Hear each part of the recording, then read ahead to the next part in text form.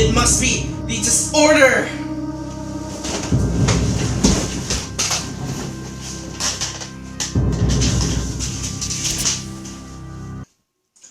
Good thing I have the biology review from last week on the circulatory system.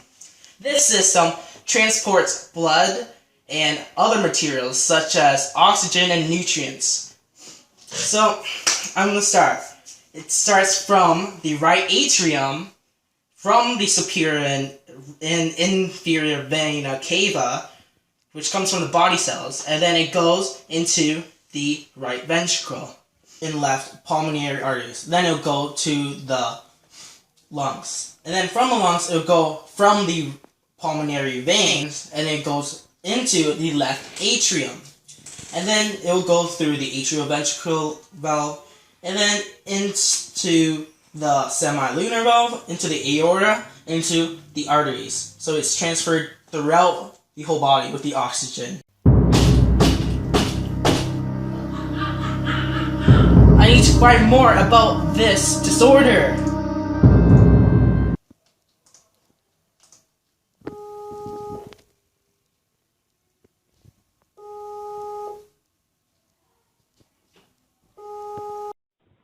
So Danny, the disease you have affects your circulatory system. The hypotension is the opposite to hypertension because it is low blood pressure opposed to high blood pressure. Major cases of hypotension can be caused by medications you take, such as nitroglycerin, which is used to treat heart disease. Some symptoms you may have with this disease are loss of consciousness, blurry vision, and nausea. You can always start treating this disease by drinking a lot of water and increasing your sodium intake, but not too much. There are also several medications that you can treat your low blood pressure with, such as fludrocortisone, which is a drug that boosts your blood volume, raising your blood pressure.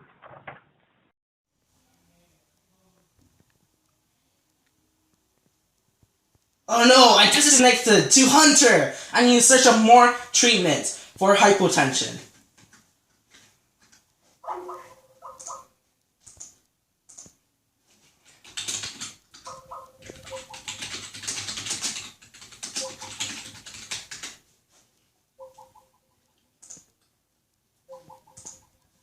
As far back as I can remember, I always wanted to be a gangster.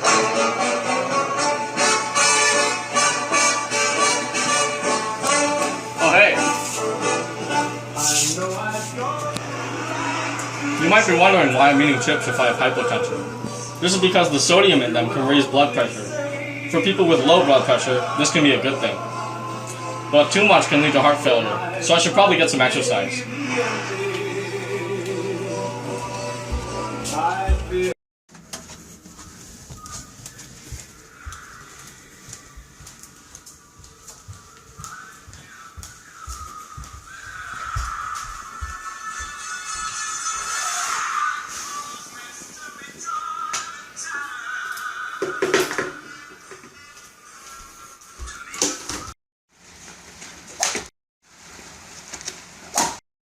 Nothing like a bit of badminton to clear your mind.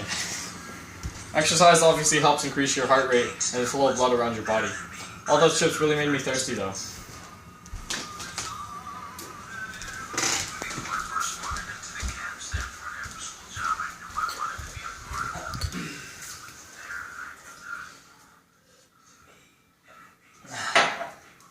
Drinking water is more than a basic necessity to human beings. The fluids increase your blood volume and help prevent dehydration, which both help to treat hypotension. Hypotension! This isn't enough information. I must Google more. Technologies that show hypotension.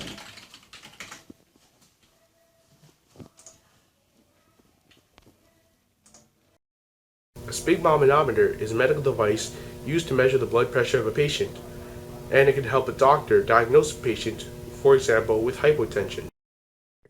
In order to use a sphygmomanometer, a cuff is placed snugly around the upper arm and must not be too tight or too loose. The cuff is inflated in order to obstruct the flow of blood in the brachial artery in your arm. The doctor will listen to the brachial artery with a stethoscope and will slowly release the cuff's pressure. As the pressure falls, the doctor will hear a sound which will represent the systolic blood pressure. When the sound can be heard no more, that will represent the diastolic blood pressure. A normal blood pressure reading should be 120 millimeters of mercury systolic and 80 millimeters of mercury diastolic. When diagnosing hypotension, a patient's blood pressure is normally around 90 millimeters of mercury systolic and 60 millimeters of mercury diastolic. I must depend on the treatments I have found.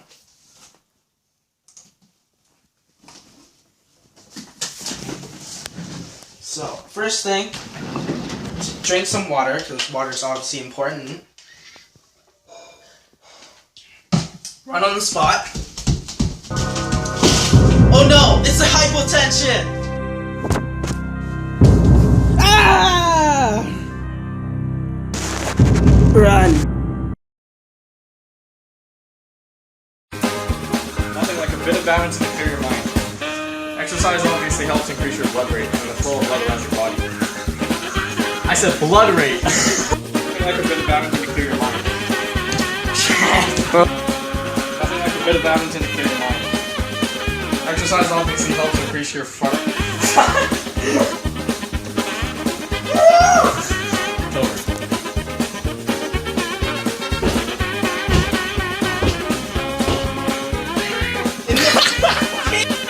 Go.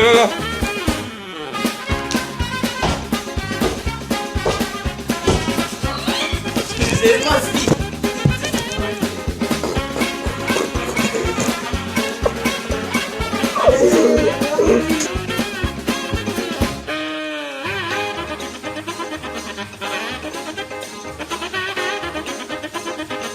Oh no, I lost connection to Hunter.